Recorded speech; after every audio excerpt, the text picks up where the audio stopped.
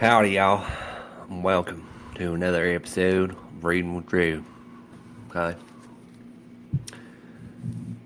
Lo and behold, we're reading DogBreath Stories by Chad Henry. Okay. And we are on chapter 8 today. And it is July 19th, 2024. And it's kind of cloudy today, which is good because it's been hot. We need more rain. Okay. Let me find my place here and I'm going to start reading. So far, our story's been good. You know, we got these kids that are trying to chase their dreams and save their families. Alright? That's what it's about. Battle of the bands, everybody. So chase your dreams. Alright, let's dig in. Come on now, let's go. Hoo-wee! Let's do this. Alright. I, Ziggy, and Phoebe left the washteria practically on cloud 9. Yes, I hollered to the sky. We're going to win the contest at Ludfinger's. We will become rich, famous, idolized. We cannot but succeed. We are glorious. Extra glorious, hiccuped Ziggy. Soon Suzie Blethins will be a willing slave to your small but distinct charisma. We leaped in the air to high-five each other. Ziggy crumpled as he landed, moaned in agony. His abrasions were still painful from his recent skateboard mishap. Phoebe quickly knelt on the sidewalk next to Ziggy. Oh, you're wounded, she cried. She yanked open her shoulder bag and pulled out some first aid supplies. Iodine, cotton balls, something with Chinese written on it, and started cleaning Ziggy's scratches. Ziggy's drumsticks and skateboard started rolling down the street. Save my stuff, man! Ziggy cried. I started hurtling down the street after the runaway skateboard. I managed to catch hold of it before it got too much escape momentum going. I was just starting to turn back up the street when I heard a familiar, beloved voice speaking the words of a poem. Shall I compare 3 to a summer's day? Staring into the window of Puss in Boots was Suzie Blethins, my beloved. She was with her friend Karen Olson reading a book that stood propped open in the display window. They both sighed. God, I hate poetry, said Suzie. Oh, me too, said Karen. It's so I know, said Suzie. I mean, why can't they just say what they mean instead of all these metaphors and symbols and junk? I darted across the street through the oncoming traffic and recrossed the street a half a block lower down. I ran into the Cafe Bardiso, which is the coffee shop with under the awning sidewalk seating behind a painted railing. I didn't have time to order anything or any money either, so I grabbed a half-full cup of cold coffee off an empty table and ran out to the sidewalk seating area. All the tables were full except this one right next to the sidewalk railing, where 2 long-haired, freaky-looking philosophy, I guess, grad students were talking really seriously heado over stacks of books and papers. I jammed into a chair at their table, stashed the skateboard under the table, found a cigarette butt lying on the ground, borrowed their lighter, lit it, took a puff, coughed, choked, hacked, opened a copy of The Rocket, a Seattle music scene newspaper, and then, just as I had hoped and prayed, Suzie and Karen came strolling down the sidewalk right past my table.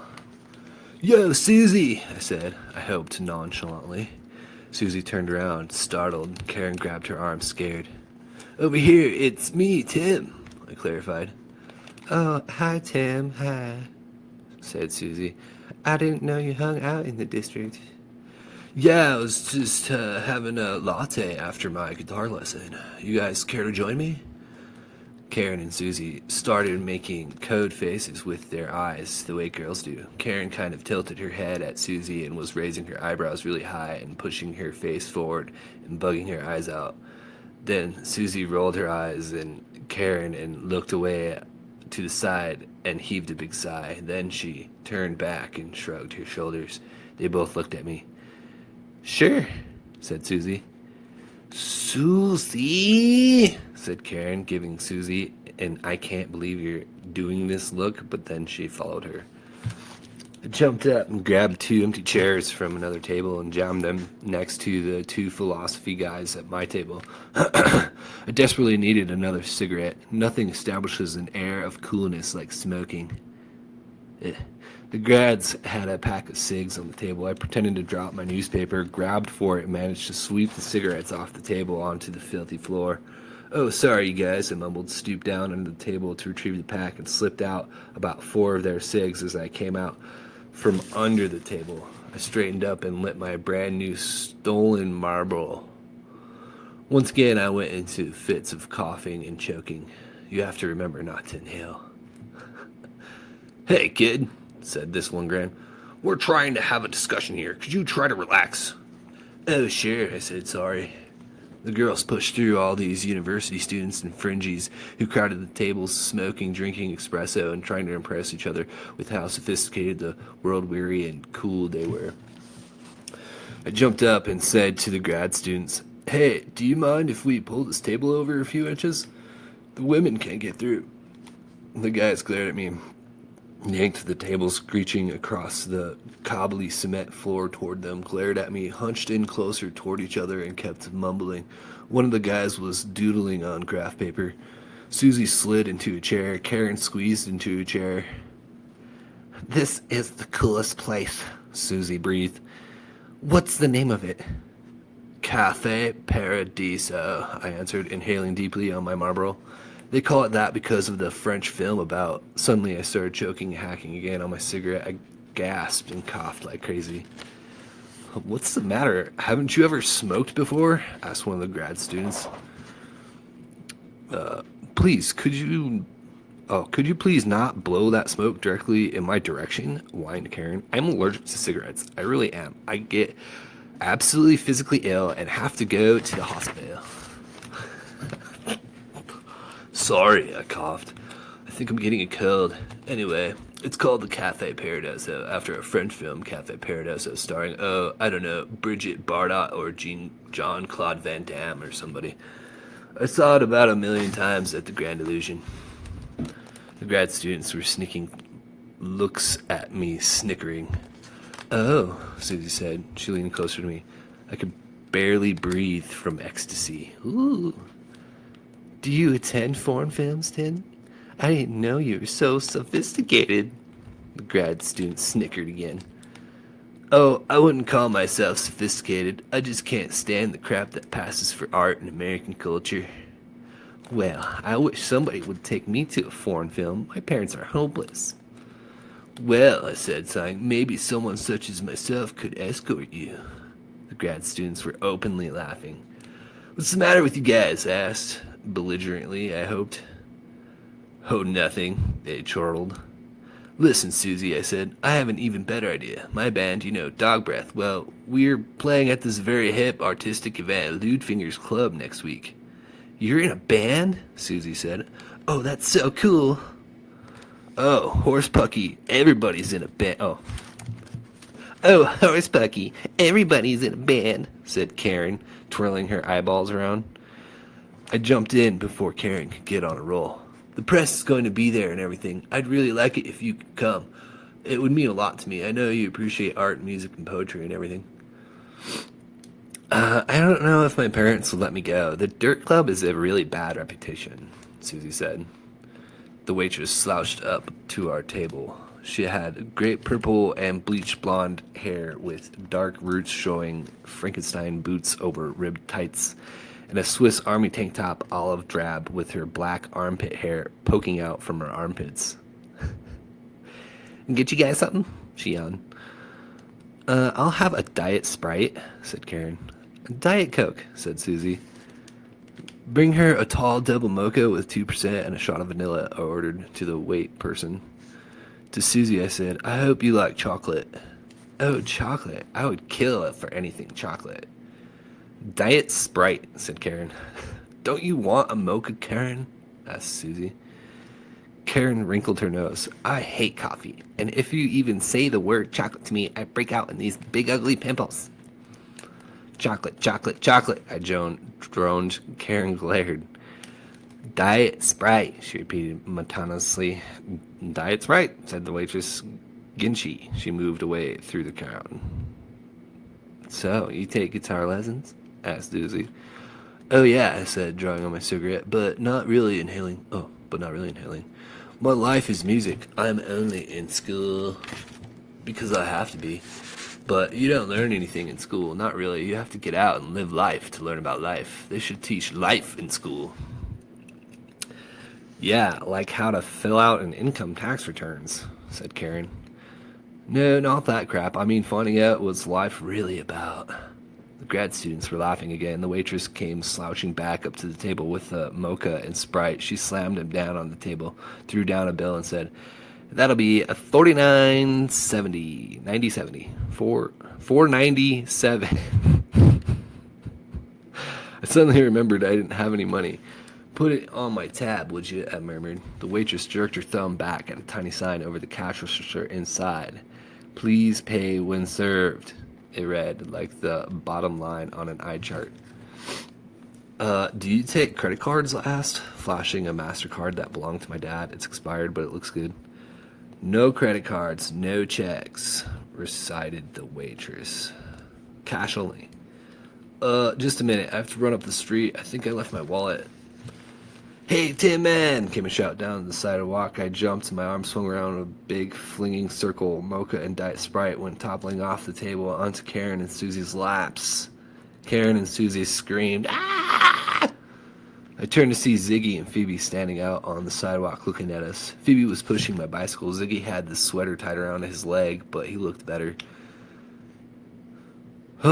"Where you been, man? Where's my dad? We've been waiting on you for about 10 minutes, Ziggy said. "Our girlfriend here," he pointed at Phoebe, "started to get worried." "Oh, sugar beets, my skirt is ruined," Suzie groaned. She picked up the empty cup off her lap, held it upside down over the table, and shook out the remaining coffee. Big sloppy drops of coffee splashed over the books and papers belonging to the philosophy students. "Hey, watch the books, would you, jerk face?" hollered the larger group of the two guys. He snatched up the cup away from Suzie and shook it over her head. "Eee!" she screamed. "Excuse me," I said, getting to my feet. I don't think you should do that." "Yeah? And what are you gonna do about it, you pretentious little twink?" said the grad student. "Well, I believe in nonviolence, but I can't tolerate hostility toward women," I said, trying to keep my voice from shaking. "My, how politically correct," he said. He gave me a shove in the middle of my chest. I went crashing over backward, knocking over the table, my chair, and landing on this giant biker guy behind me before I crumpled to the concrete floor. "Tim Therafall," hollered Suzie, jumping to her feet. "The shirt is dry clean only. You can pay to have it cleaned or else buy me a new one. And besides that, I hate you." "Come on, Suzie," said Karen. "Let's get out of here." I scrambled to my feet, trying to maintain some shred of dignity. "Are you okay, Tim?" asked Phoebe, ironically from the sidewalk. "Here, let me help you." She reached over the railing and yanked on my arm, practically pulling it out of my socket. Suzie and Karen came out of the front door and headed up the sidewalk, madly sponging off their clothes with Kleenex. "Who's that?" I heard Suzie say, indicating Phoebe. "Didn't you hear? That thing she said was Tim's girlfriend," sneered Karen. "She looks about his level," she said. "She's a real duh." They disappeared up the street. I grabbed Zig's skateboard, climbed over the railing, and dropped onto the sidewalk. "Let's get out of here," I said. I felt more depressed than ever, than even when my dad died. "Hey, kid, are you going to pay for your order?" the waitress called. "Do you have any cash, Ziggy?" I asked. Ziggy shook his head. "No, I'm topped out, bro," he said. "Phoebe," I pleaded. She said. I said, "Are you going to pay for your order?" "Oh," I said, "Are you going to pay for your order?" the waitress persisted. "No, I'm not," I said. "We didn't get to drink our beverages because these tables are so rickety. They won't even hold up a cup of coffee, so I don't see why I should have to pay for anything." "Tables don't knock over drinks, people do," said the waitress. "You better wait right here," she said. "No way, baby," said Ziggy. "Come on, dudes, let's split."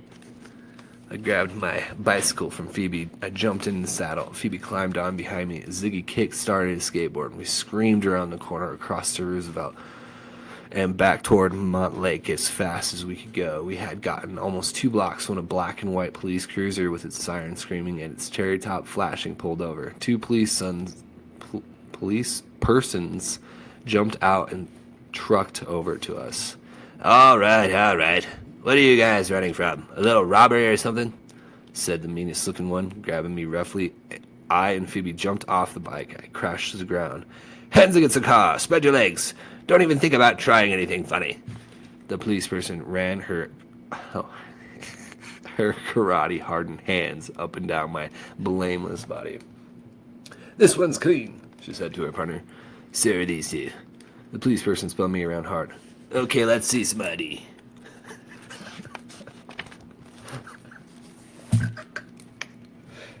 Yeah, there's lots of dialogue in this book. I'm trying to keep up, but oh wow, okay, yeah. All right, so there you have it. Chapter 8. We got to see a little bit of Suzie Blethins, and her friend Karen, which kind of fits, but yeah, and he totally blew it. I mean, for one, smoking cigarettes isn't cool. Maybe back in the 90s or whatever, but not anymore. And for two, you know, he's like stealing and doesn't have money, and he's going about it all wrong, man. Trying to impress Suzie Blethins. Oh. So now they think he's even more of a weenie. And they also think that the other chick's his girlfriend or whatever. So, dun dun dun. And he feels worse than when his dad died. Wow, that's how much he loves Suzie Blethins. So, there you have it. There's chapter 8. Can he turn it around? Will he get the girl at the end of the book?